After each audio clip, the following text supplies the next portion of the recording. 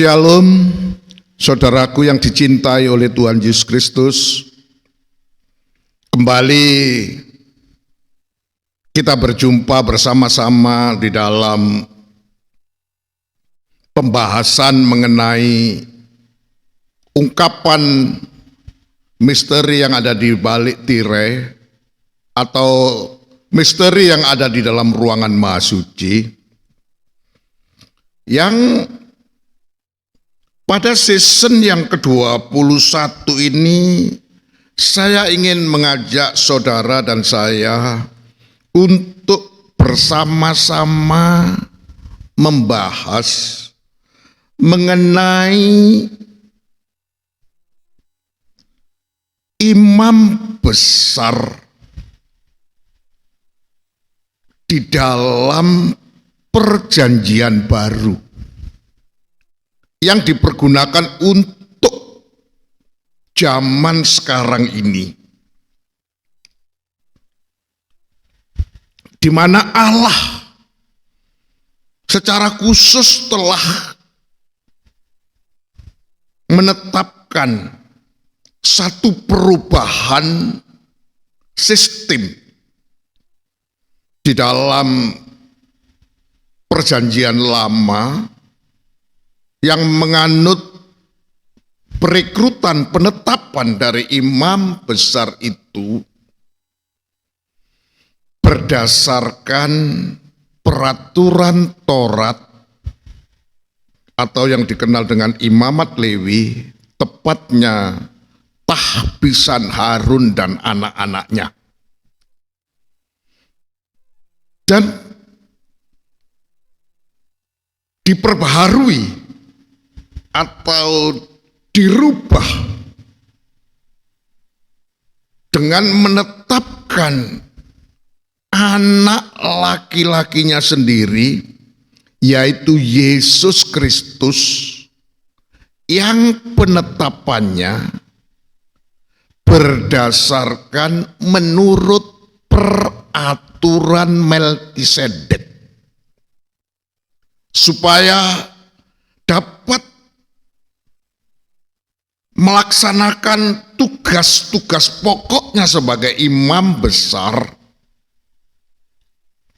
yang berlaku di era zaman sekarang ini, yaitu di era Perjanjian yang baru. Ya. Dan pada season yang lalu sudah sedikit diungkapkan mengenai yang menjadi sentral, yang menjadi pokok, yang menjadi inti segala yang kita bicarakan mengenai imam besar di dalam Perjanjian Baru, terutama yang berlaku pada era zaman sekarang ini. Maka kita mempunyai imam besar yang didasarkan kepada peraturan Melkisedek, yang sekarang ini duduk di sebelah kanan tahta Allah yang maha besar di surga, dan yang melayani ibadah di tempat maha kudus, yaitu di dalam kemah Tuhan yang sejati, yang didirikan oleh Tuhan, bukan oleh manusia. Untuk itu sekali lagi saya ingin mengajak saudara dan saya untuk membaca di dalam suratan Ibrani pasal yang ke-8. Kali ini kita baca di dalam bahasa Indonesia masa kini atau terjemahan bahasa Indonesia masa kini, ya. Yang dikatakan demikian pada ayat yang pertama. Pokok dari seluruh perbincangan kita ialah kita mempunyai imam agung, imam besar yang seperti itu, yang duduk memerintah bersama Allah maha besar di surga. Ia mengerjakan tugas tugas sebagai imam besar, imam agung di ruangan Maha Suci, yaitu di dalam kemah Tuhan yang sejati yang didirikan oleh Tuhan, bukan oleh manusia. Ya, sedikit yang saya ingin mengajak kepada saudara dan saya untuk memahami secara dalam terhadap tupoksi atau fungsi dan tugas pokok dari seorang besar itu adalah: pertama, dia harus masuk ke dalam ruangan Maha Suci, dan yang paling penting adalah untuk mempersembahkan korban persembahan kepada Allah. Jadi tidak boleh dia masuk ke dalam ruangan Maha Suci tetapi dengan tangan kosong, tetapi harus membawa persembahan yang khusus. Ya, di dalam era Perjanjian Lama yang berlaku di waktu yang lalu atau yang berlaku di zaman dahulu, maka imam besarnya itu, yaitu Harun dan anak-anaknya, ia harus membawa, harus mempunyai, harus ada persembahan korban khusus, yaitu korban perdamaian atau korban penghapus dosa, penyelesai daripada dosa, yaitu harus membawa 2 darah binatang, 1 korban itu dikhususkan untuk penyelesaian dosa dari dirinya sendiri dan keluarganya, tapi korban berikutnya yang kedua, darahnya itu dipercikkan untuk penghapus dosa umatnya. Jadi ini yang dikatakan merupakan tupoksi. Fungsi dan tugas pokoknya seorang imam besar itu harus membawa persembahan yang dipersembahkan kepada Allah di dalam ruangan Maha Suci untuk dipercikkan di atas peti perjanjian dan di muka peti perjanjian untuk penyelesaian mengenai dosa. Nah, itu yang tugas pokoknya. Ya. Dan kalau di dalam era yang lama atau di dalam perjanjian yang lama, itu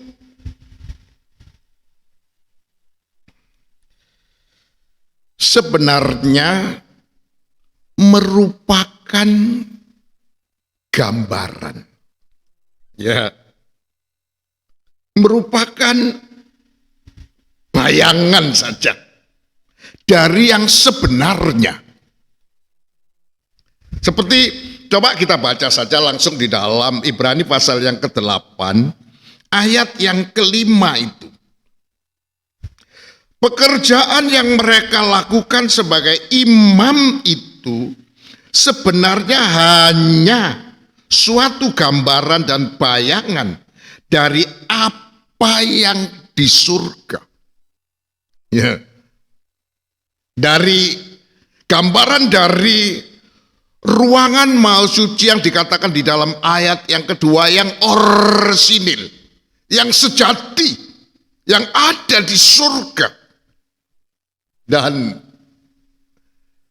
kebetulan Bukan kebetulan. Memang imam besar kita yang menjadi sentralnya, pokoknya, intinya dari segala pembicaraan itu, kita punya imam besar yang sedemikian itu, yang sudah membawa persembahan, tapi bukan persembahan menurut hukum Taurat, membawa 2 korban binatang, tapi dia menganut peraturan Melkisedek, di mana dia harus mempersembahkan bukan korban binatang, tapi persembahan yang lebih mulia, lebih berharga, karena dia harus masuk ke dalam ruangan Maha Suci yang sempurna, yang sesungguhnya, bukan yang gambaran dan bayangan, tetapi yang sebenarnya, yang sejati, yaitu di dalam ruangan Maha Suci yang ada di surga. Maka di samping tempatnya, area daripada pelayanan imam besar, ruang lingkup daripada pelayanan imam besar, yaitu di dalam ruangan Maha Suci, supaya dia bisa mempersembahkan korban persembahan, khususnya korban persembahan pengampunan dosa, penghapusan dosa, yaitu darah daripada binatang. Dan untuk dibawa oleh imam besar yang kita punyai, kita miliki, yaitu Yesus Kristus sebagai anak laki-lakinya Allah sendiri itu, dia bukan membawa darah binatang, tapi membawa darah yang nilainya itu sangat mulia, karena darah yang sempurna, sangat sempurna, yaitu darahnya sendiri, untuk menghapus semua dosa umatnya. Oh, ini adalah satu hal yang sangat-sangat luar biasa, karena persembahan yang dibawa oleh imam besar kita, yaitu Yesus Kristus ini, adalah darah yang sangat sempurna, bukan darah binatang, tapi darahnya dia sendiri sebagai manusia untuk menebus, menyelamatkan, menyelesaikan dosa daripada manusia, yaitu kita umatnya ini. Jadi ini adalah satu hal. Oleh karena itu, sekali lagi, seperti yang sudah kita baca tadi, bahwa di dalam ayat yang kelima, pekerjaan atau tugas pokok yang dilakukan oleh atau yang dikerjakan oleh imam besar itu adalah masuk dalam ruangan Maha Suci, membawa darah. Kalau di dalam era yang lama darah binatang, 2 ekor binatang harus dibawa sekaligus. Pertama untuk menyelesaikan dosanya imam besar itu sendiri, yang kedua adalah untuk menyelesaikan umatnya. Tapi di era perjanjian baru yang sekarang ini sedang berlaku, Yesus sebagai imam besar yang kita punya, yang kita miliki itu, dia membawa bukan darah binatang, tapi darahnya sendiri.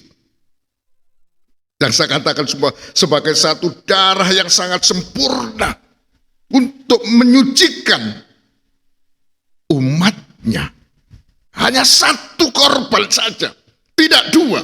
1 korban, yaitu korban tubuhnya sendiri. Ya, seperti, coba saya ingin mengajak lanjutkan. Di dalam ayat yang kelima, itu sudah diberitahukan oleh Allah kepada Musa dahulu. Ketika Musa mau mendirikan kemah Tuhan, Allah berkata begini kepada Musa, ingat, semuanya itu harus kau buat menurut pola yang ditunjukkan kepadamu di atas gunung. Jadi kemah secara jasmani yang kita kenal dengan tabernakel, atau yang kita kenal dengan kemah sucinya Allah itu harus dibuat oleh Musa. Tidak boleh menyimpang dari pola yang orsinilnya. Terutama pada konteks yang sedang kita perbincangkan atau pembahasan ini adalah konteks daripada ruangan maha suci, yang merupakan tupoksi daripada seorang imam besar. Tugas pokoknya imam besar mengerjakannya itu di dalam ruangan maha suci. Ya, oleh karena itu di sini tidak boleh jadi ruangan maha suci yang di era zaman Musa atau yang dikenal dengan dalam tabernakel. Itu adalah gambaran dan bayangan dari yang orsinilnya, yaitu ruangan maha suci yang sejati, di mana tugas pokok atau yang dikerjakan sekarang ini oleh imam besar kita yang diatur penetapannya menurut peraturan Melkisedek, yaitu anak laki-lakinya Yesus Kristus itu sendiri. Ya, oleh karena itu coba kita baca pada ayat yang ke-6. Tetapi sekarang Yesus mendapat tugas imam yang jauh lebih mulia daripada yang dikerjakan oleh imam-imam itu. Sebab perjanjian yang diadakannya antara Allah dan manusia adalah perjanjian yang lebih baik, perjanjian yang lebih tinggi, karena didasarkan janji untuk hal-hal yang lebih baik. Ya, dikatakan hal-hal yang sangat baik. Maaf, sangat baik, yaitu jadi sekarang ini, bukan yang lalu, bukan yang dahulu, tapi sekarang ini tupoksi, tugas pokok daripada Yesus itu adalah mendapatkan tugas sebagai imam besar yang jauh lebih mulia, jauh lebih baik daripada yang dikerjakan oleh imam-imam di era perjanjian lama, yaitu yang dilakukan oleh Harun dan anak-anaknya. Jadi ini karena perjanjian yang diadakannya, perjanjian yang dijalankan atau perjanjian yang diadakan antara Allah dan manusia, terutama antara kita, adalah perjanjian yang lebih baik karena berdasarkan perjanjian untuk hal-hal yang lebih baik, yang sangat baik. Jadi mengarah kepada, kalau dulu nilainya memang baik, tapi ke arah yang amat baik atau lebih baik. Kalau di dalam pengertian lebih baik atau amat baik, itu sama dengan arti daripada sempurna. Karena di dalam kamus bahasa Indonesia dikatakan bahwa sempurna itu artinya mempunyai nilai yang sangat baik, di samping dia juga mempunyai arti yang dewasa rohani, bahkan mempunyai arti yang lengkap, komplit, utuh, tidak cacat dan celah. Itu arti sempurna. Jadi dikatakan dia, karena perjanjian yang dilakukan, yang dikerjakan oleh Yesus sebagai imam besar, yang tugas pokoknya itu adalah menjadi perantara di dalam perjanjian yang lebih baik, yaitu perjanjian baru, bukan perjanjian yang lama. Bahkan karena apa? Karena perjanjian lama ini dikatakan di dalam ayat 7 dalam bahasa Indonesia masa kini dikatakan demikian.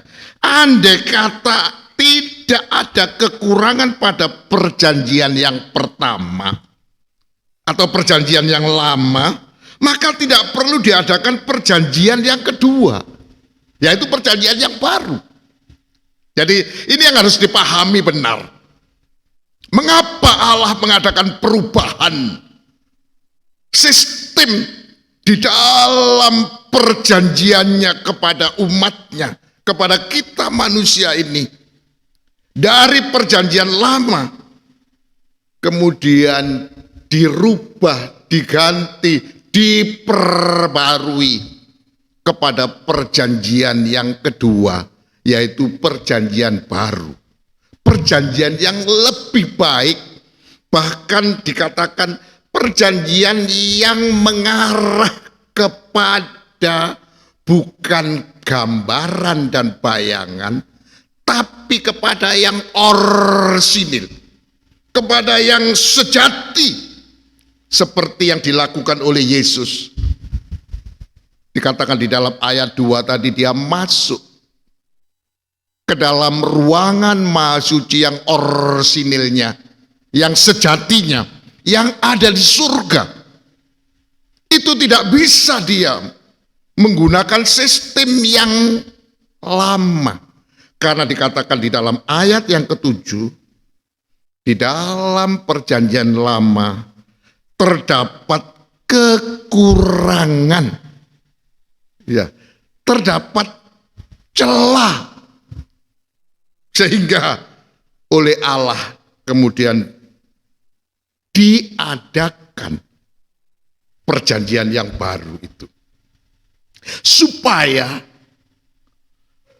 dapat membawa kita umatnya ini kepada bukan gambaran dan bayangan, tetapi kepada yang orsinilnya, yang aslinya, yang wujudnya, yang sesungguhnya, yang tidak dibuat oleh tangan manusia, tapi yang ada di surga, yang dibuat oleh Allah sendiri. Ya, jadi ini yang sangat penting untuk kita pahami benar bahwa tugas pokok daripada seorang imam besar itu adalah masuk ke dalam ruangan maha suci dan kemudian mempersembahkan persembahan untuk penyelesaian dosa umatnya. Karena di dalam perjanjian lama yang merupakan gambaran dan bayangan dan kemudian menetapkan imam besarnya juga dari manusia yang penuh dengan dosa itu, maka imam besarnya harus membawa 2 persembahan.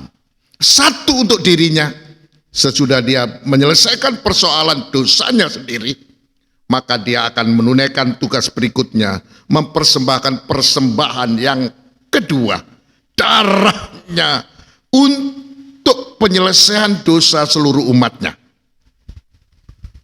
Tapi sekali lagi, di era zaman sekarang yang berada di dalam perjanjian yang baru, yang dikatakan tadi, perjanjian yang lebih baik, perjanjian yang lebih mulia untuk membawa umatnya bukan kepada yang gambaran dan bayangan, tapi kepada yang sejatinya, yang orsinilnya, yaitu ke dalam ruangan maha suci yang ada di surga, di mana dikatakan tadi bahwa sekarang ini imam besar yang kita punya, yang di era zaman sekarang berada dalam perjanjian baru, yang imam besarnya yaitu Yesus itu, dia sudah masuk dan dia sudah mempersembahkan persembahan yang lebih mulia, yang lebih baik, yang sangat amat baik. Karena yang dipersembahkan itu bukan darah binatang yang merupakan gambaran, tapi adalah darahnya sendiri, tubuhnya sendiri dipersembahkan sebagai satu persembahan yang sangat sempurna supaya dapat membawa umatnya ini untuk memperoleh hal yang lebih baik, yang amat baik, atau supaya dapat membawa kita ini kepada kesempurnaan sesuai dengan persembahan yang dipersembahkan oleh imam besar kita di era sekarang pada zaman perjanjian baru ini, yaitu Yesus. Supaya benar-benar dapat membawa kita kepada kehidupan yang disempurnakan oleh Tuhan. Oleh karena itu, saya ingin mengajak kepada saudara dan saya pada season ini untuk betul-betul memperhatikan pentingnya kepemilikan kita, atau istilahnya kita harus mempunyai imam besar yang demikian itu ya, yang sudah dijelaskan. Imam besar yang memang mempunyai persembahan yang lebih tinggi, lebih baik, dan yang memenuhi kriteria daripada ruangan maha suci yang orsinil, yang aslinya, yang seperti dicontohkan oleh Allah kepada Musa, yaitu harus membuat ruangan maha suci dalam bentuk gambaran. Tapi inilah yang aslinya, yaitu untuk menjadikan kehidupan kita bukan hanya gambaran dan bayangan, tapi yang sesungguhnya. Puji Tuhan, saudaraku yang kasih. Oleh karena itu penting arti daripada kepemilikan kita. Kita harus mempunyai imam besar yang demikian itu. Bukan imam besar yang gambaran dan bayangan, tapi imam besar yang sesungguhnya. Apalagi ini memang adalah merupakan satu penetapan dari Allah yang dilakukan oleh Allah untuk dipergunakan di era sekarang ini, di era perjanjian baru, bukan di era perjanjian lama. Yang dikatakan tadi sifatnya adalah gambaran dan bayangan, tetapi juga alasan utamanya dikatakan di dalam Ibrani pasal 8 ayat 7 itu, karena di dalam perjanjian yang lama, yang pertama itu terdapat kekurangan,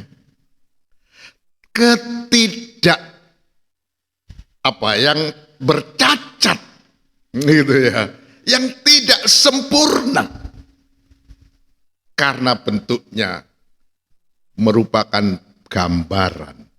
Ya, semoga Roh Kudus dapat memberikan pencerahan yang dalam kepada saudara dan saya, terutama agar supaya ibadah kita, pengikutan kita kepada Tuhan, pelayanan kita, tahbisan kita kepada Tuhan ini memperoleh, dikatakan di dalam ayat yang ke-6 itu, untuk memperoleh hal-hal yang sangat baik, hal-hal yang lebih baik, sama dengan hal-hal yang sifatnya, artinya, nilainya itu sempurna. sangat baik. Ya, semoga Tuhan menolong saya dan saudara-saudara dikasih oleh Tuhan ya. Mari kita akan lanjutkan. Mengapa? Maka Tuhan harus mengadakan perjanjian baru. Dan sistem perjanjian baru, bahkan pelayanan yang dilakukan oleh imam besar kita, yaitu Yesus Kristus, di dalam melakukan perjanjian baru, sangat luar biasa. Sekali lagi, saya perlu ingatkan kepada saudara dan saya, bahwa peraturan atau hukum dari ibadah kita, imamat kita, pelayanan kita, tahbisan kita kepada Tuhan ini sudah tidak memberlakukan lagi peraturan menurut peraturan-peraturan manusia atau peraturan berdasarkan hukum Taurat, seperti penetapan imamat itu harus didasarkan peraturan Lewi, imamat Lewi, tapi berdasarkan menurut peraturan Melkisedek yang sudah kita baca pada season-season yang lalu, bahwa ditulis di dalam Ibrani 7 ayat 16, peraturan Melkisedek itu adalah peraturan yang tidak didasarkan kepada peraturan manusia atau hukum mengenai keturunan jasmani, tapi berdasarkan hidup yang tidak dapat binasa. Berdasarkan untuk memperoleh hidup yang tidak binasa. Jadi inilah hukum di dalam perjanjian baru di era sekarang yang dilakukan oleh imam besar kita Yesus, yaitu sebenarnya hukum perjanjian baru atau hukum atau peraturan menurut Melkisedek itu tidak begitu banyak pasal, ayat dan semuanya, hanya satu kalimat saja, yaitu apa? Coba kita baca sekali lagi ya, supaya kita dapat pencerahan yang dalam. Di dalam Ibrani pasal yang ke-7 itu, kita baca langsung saja pada ayat 16. Ia diangkat menjadi imam bukan berdasarkan peraturan-peraturan manusia, melainkan berdasarkan hidupnya yang berkuasa dan tidak ada akhirnya.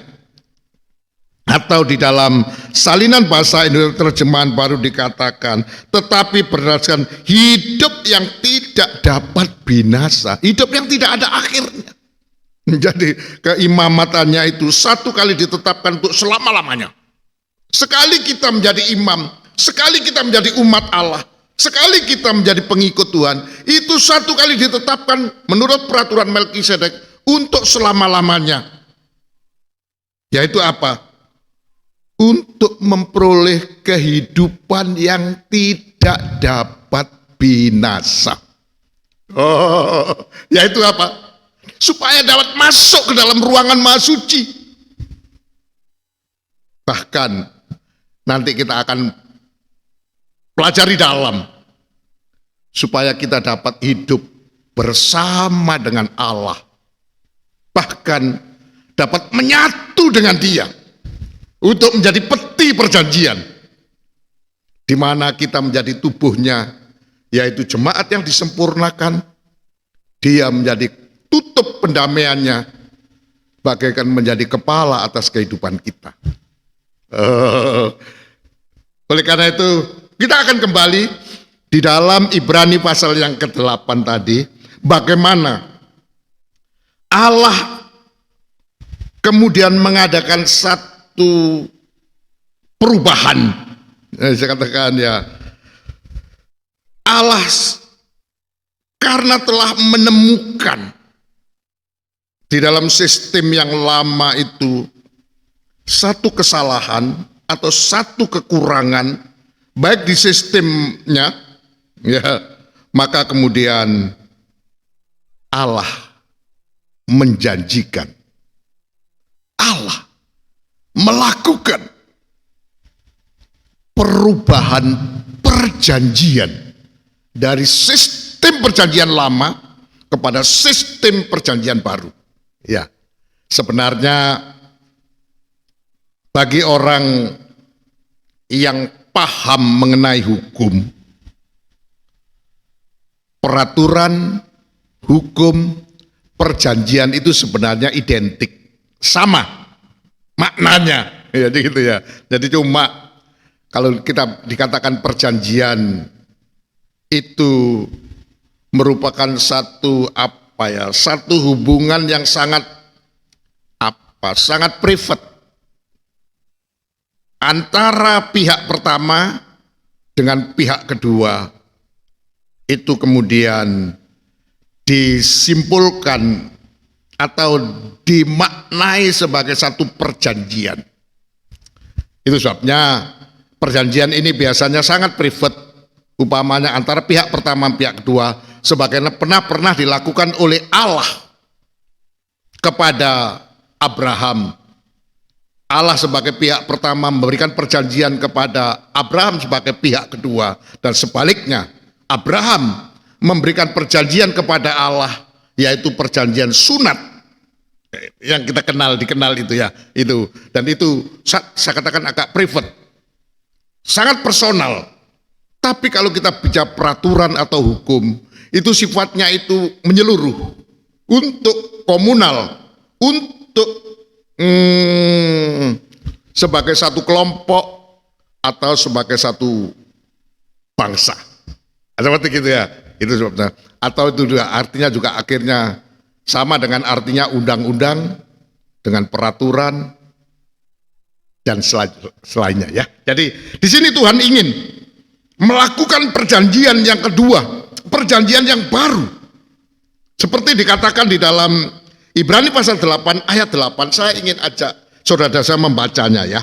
Tetapi Allah sudah menemukan kesalahan pada umatnya, sehingga Allah berkata, karena Allah telah mengkoreksi kekurangan kesalahan dari umatnya, baik melalui sistem yang dia adakan, maka kemudian dia katakan, ingat, akan datang waktunya, aku akan mengadakan perjanjian yang baru dengan bangsa Israel. Jadi saya katakan tadi, antara bangsa Israel dengan Allah itu sebenarnya sebagai satu hubungan yang personal, gitu ya, antara orang yang dipilih dengan orang yang memilihnya, gitu dikatakan. Dan dia mengatakan akan mengadakan perjanjian baru dan dengan bangsa Yehuda, bukan seperti perjanjian yang kubuat dengan leluhur mereka, yaitu perjanjian lama, pada waktu aku menuntun mereka keluar dari negeri Mesir. Mereka tidak setia kepada perjanjian yang aku buat dengan mereka. Itulah sebabnya aku tidak memperdulikan mereka. Ayat 10 perhatikan. Tetapi sekarang, kata sekarang itu kalau di dalam bahasa orang Tapanuli namanya nuaing. Kalau baca Jawa kasarnya saiki, sekarang. Inilah perjanjian yang akan kubuat dengan umat Israel pada hari-hari yang akan datang, kata Tuhan. Aku akan menaruh hukumku ke dalam pikiran mereka dan menuliskannya pada hati mereka. Aku akan menjadi Allah mereka dan mereka akan menjadi umatku. Jadi dengan diadakan perjanjian baru, di mana pelayanan Tuhan sebagai imam besar secara khusus yang berlaku sekarang ini berdasarkan menurut peraturan Melkisedek, yang bunyi hukumnya itu adalah untuk memperoleh hidup yang tidak dapat binasa, untuk memperoleh hidup yang kekal, untuk memperoleh keselamatan yang sempurna, untuk memperoleh kesempurnaan, untuk memperoleh hal-hal kata ayat 6 tadi, hal-hal yang sangat baik, yang lebih baik, yaitu maka Allah melakukan di dalam akal budi kita, akal Buddha atau di dalam pikiran dari umatnya itu ditaruhkan hukum. Ya, ini sebenarnya kalau kita perhatikan sangat simpel sebenarnya apa yang dilakukan oleh imam besar kita Yesus Kristus sebagai imam besar menurut perjanjian baru yang berlaku sekarang ini.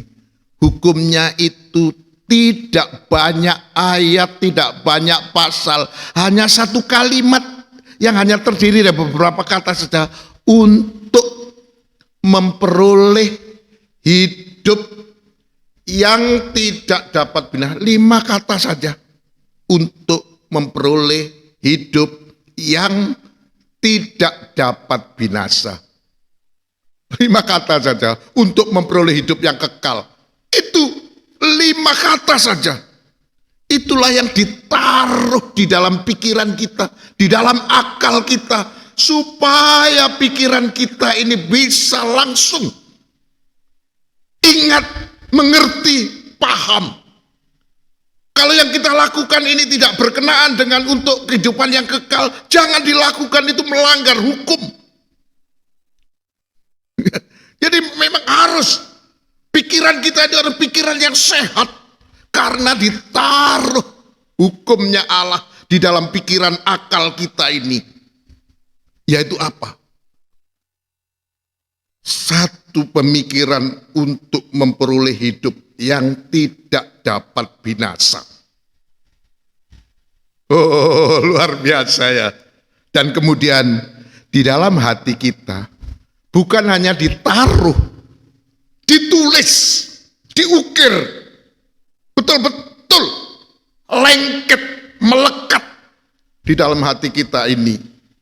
Terukir, tertulis kalimat yang hanya 5 kata itu. Bagaimana supaya kita bisa memperoleh hidup yang tidak dapat binasa. Jadi kalau hati nurani kita kemudian memikir ke mengangan-angankan sesuatu yang tidak ada kaitannya dengan hidup yang tidak binasa, itu sama dengan melanggar hukum. Ya.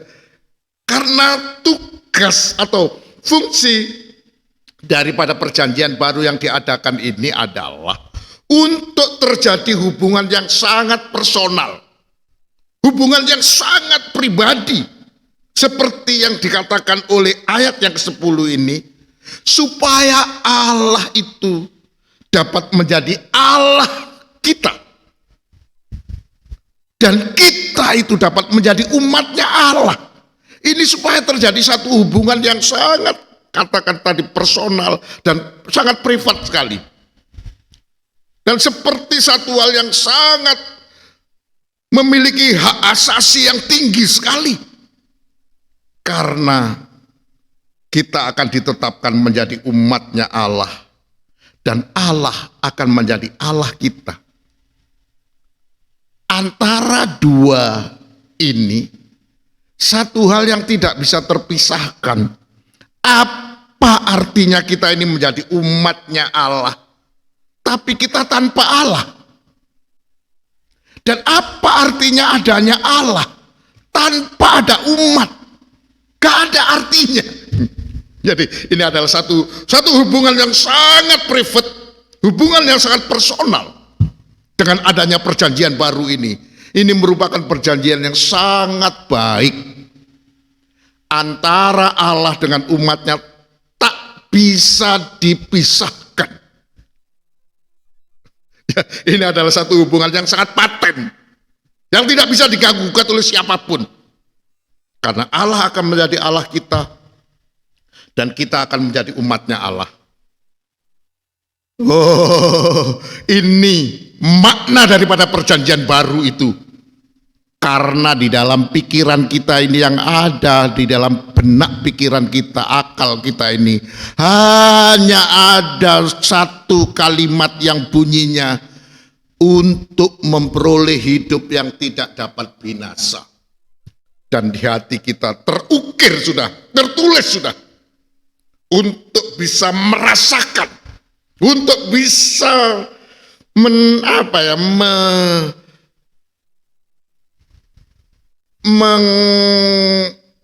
menurani kita ini ya, di dalam hati dalam kita ini, supaya sudah tidak akan lagi hati nurani yang berbicara yang lain.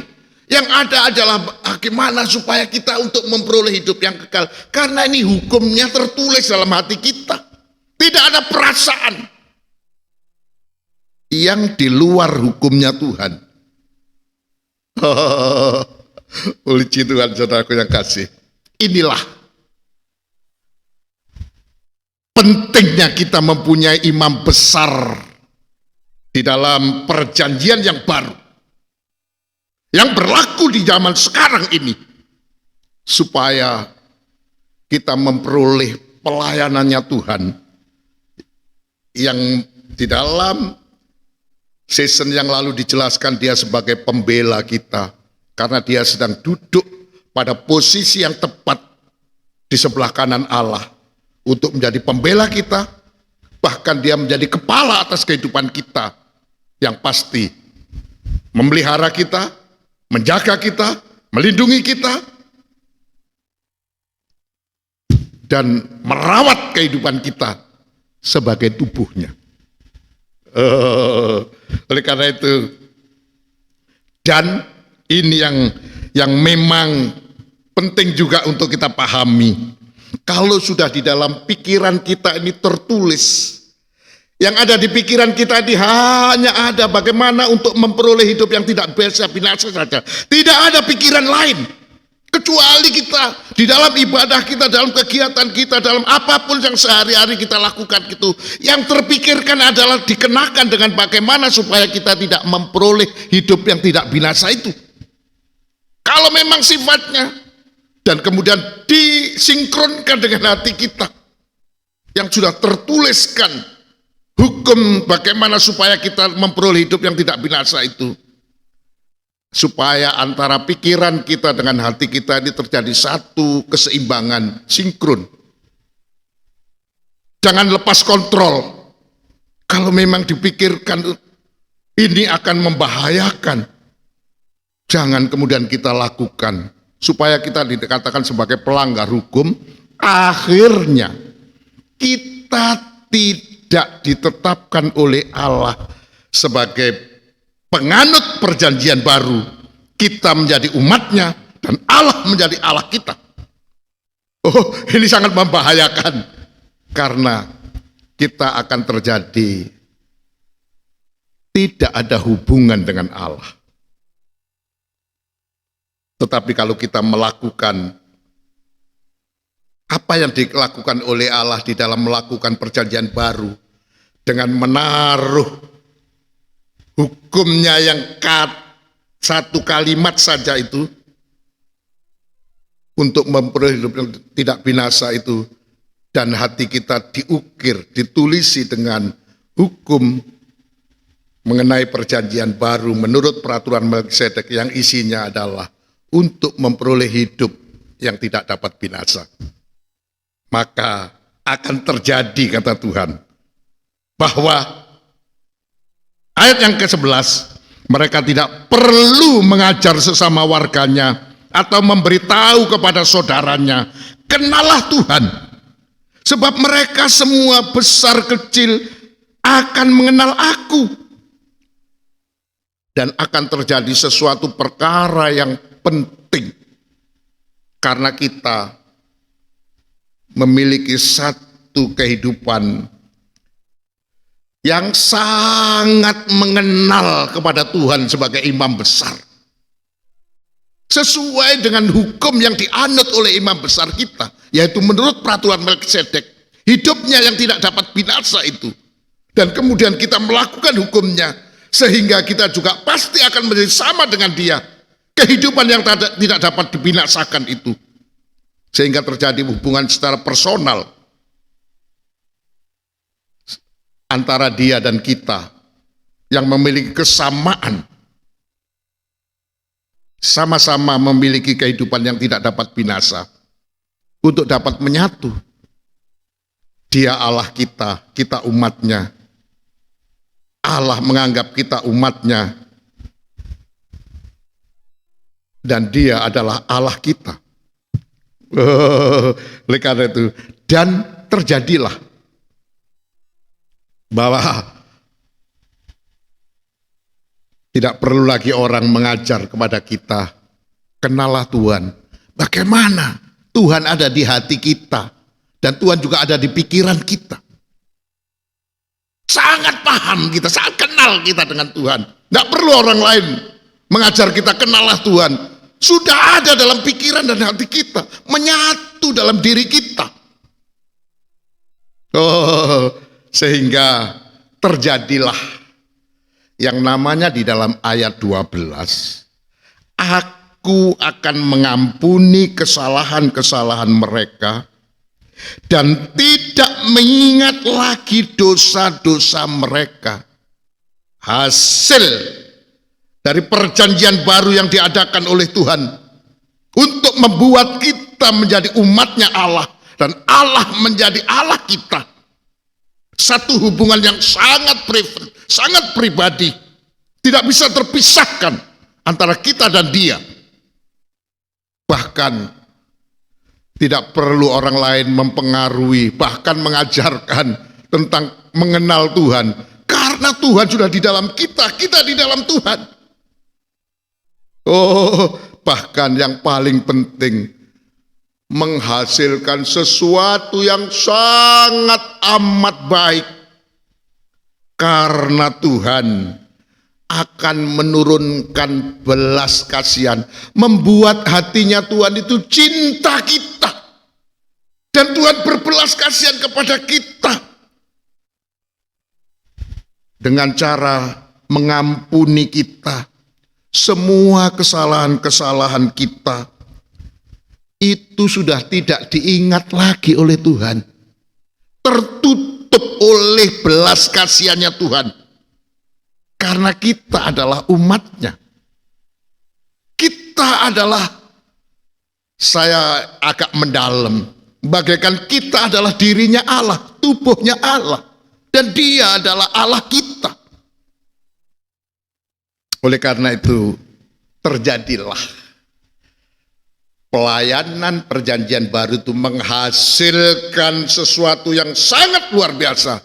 Menjadikan kita lebih baik, sangat baik. Karena semua kesalahan, semua dosa, itu sudah diampuni. Sudah tidak diingat oleh Tuhan, clear. Bahasa hukumnya itu sudah. Kalau orang kena pidana itu setelah mengalami pengadilan namanya bebas murni. Tidak ada sudah. Namanya sudah diperbaiki sudah. Menjadi kehidupan yang disempurnakan.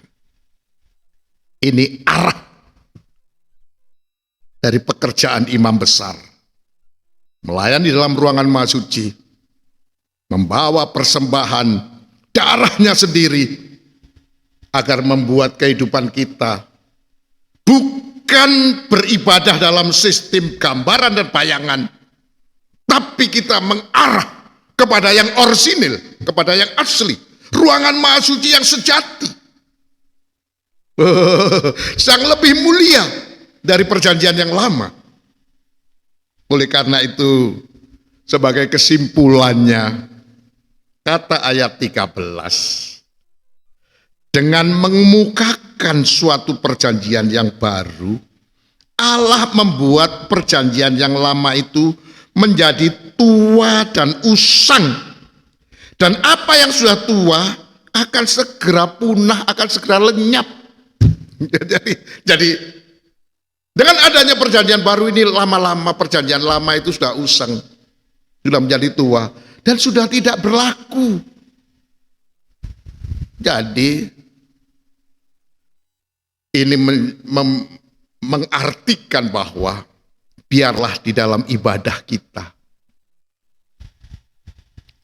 di dalam pelayanan kita, di dalam imamat kita, di dalam tahbisan kita kepada Tuhan, jangan lagi menggunakan sistem yang lama, perjanjian yang lama, yang dikatakan di dalam ayat yang ke-6 tadi, satu perjanjian yang terdapat kekurangan, terdapat cacat dan celahnya.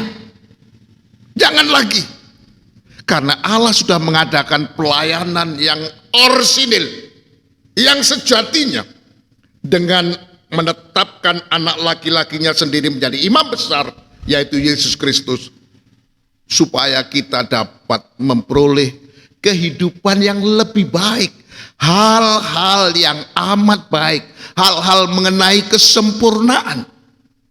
Apalagi bagaimana cara imam besar menurut Melkisedek, sistem kerjanya itu adalah simple tapi sangat mendasar, dengan cara perjanjian yang lama itu diabaikan karena juga menghasilkan Allah marah, Allah murka, sehingga mereka disumpahi untuk tidak bisa masuk ke dalam ruangan maha suci. Tapi dengan cara menaruh hukumnya, kalau menurut peraturan Melkisedek hukumnya itu hanya satu kalimat terdiri dari 5 kata, untuk memperoleh hidup yang kekal, yang tidak binasa. Itu ditaruh di akal kita, di pikiran kita, dan diukir, ditulis di dalam hati kita, sehingga menjadikan kehidupan kita ini menjadi umatnya Allah, dan Allah menjadi Allah kita. Terjadi hubungan hasil dari perjanjian baru itu, hubungan yang sangat privat dan sangat hak asasi, yang tidak bisa digugat antara umat Allah dengan Allahnya, Allah dengan umatnya. Itu tidak bisa terpisahkan. Bahkan Tuhan katakan, kalau ada saja di muka bumi ada orang 2-3 orang berkumpul, aku ada sebagai tanggung jawabnya, sebagai Allahnya dari umatnya. Akan diperhatikan dan dia akan hadir. Dan bahkan menjadikan kehidupan kita ini tidak perlu orang lain memperkenalkan kita kepada Tuhan. Wong Tuhan di dalam kita, kita dalam Tuhan. Bahkan yang terpenting, terjadilah penyelesaian persoalan dosa. Karena Allah akan mengampuni kita. Allah tidak lagi mengingat kesalahan-kesalahan kita. Allah tidak lagi mengingat dosa-dosa kita. Karena belas kasihannya itu diwujudkan. Clear sudah, bahwa kita akan menjadi kehidupan yang sangat baik, dalam arti menjadi kehidupan yang sempurna.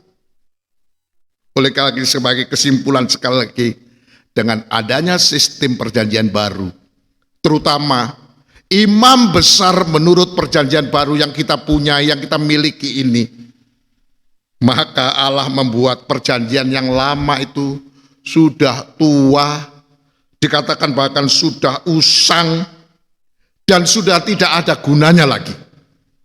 Jadi kalau kita mau berusaha di dalam ibadah, kita mau mencampur atas sistem yang lama dan yang baru nggak bisa. ya, itu rasanya kayaknya sudah tidak akan bisa menghasilkan yang maksimal. Semoga apa yang Tuhan sampaikan pada season yang ke-21 ini tentang penetapan Allah mengenai imam besar yang kita punyai, yang kita miliki, yaitu Yesus Kristus, yang sekarang ini duduk sebelah kanan Allah dan sudah masuk di dalam ruangan maha suci dan bersama-sama di sebelah kanannya Allah sedang mengadakan pelayanan perjanjian baru untuk membuat kita umatnya memperoleh hal-hal yang lebih baik, yang sangat baik, yaitu menjadi kehidupan yang disempurnakan dengan cara mengadakan perjanjian yang baru, yang sangat up to date, yaitu dengan cara menaruhkan hukum yang di dalam peraturan Melkisedek saya katakan tadi hanya satu kalimat yang bunyinya untuk memperoleh hidup yang tidak dapat binasa. Itu ditaruh di akal pikiran kita. Jadi dalam pikiran kita di mana saja apapun yang kita pikirkan itu selalu kita kaitkan dengan bagaimana supaya kita memperoleh hidup yang tidak binasa. Supaya kita bisa memperoleh keselamatan yang sempurna itu. Dan sudah sinkronkan dengan hati kita. Tertulis untuk memperoleh hidup yang tidak binasa. Jadi antara pikiran dan hati kita ini terus menggemakan, menyuarakan hukum perjanjian baru supaya kita dapat memperoleh hidup yang tidak dapat binasa itu. Bahkan kita menjadi kehidupan yang tidak diingat dosa dan kesalahannya. Dianggap persoalan dosa dan kesalahan kita itu sudah clear. Tidak ada tuntutan apapun. Karena Allah telah mengampuni kita. Semoga sekali lagi peraturan pada perjanjian baru atau sistem perjanjian baru yang dikemukakan oleh Tuhan untuk menggantikan peraturan perjanjian yang lama itu dapat kita gunakan agar efektivitasnya berlaku untuk menjadikan kehidupan kita menjadi lebih baik, memperoleh kehidupan yang tidak dapat dibinasakan, menjadi umatnya Allah, dan yang paling penting menjadi kehidupan yang disempurnakan. Sekali lagi, Tuhan Yesus Kristus sebagai imam besar menurut peraturan Melkisedek memberkati saudara dan memberkati saya. Amin.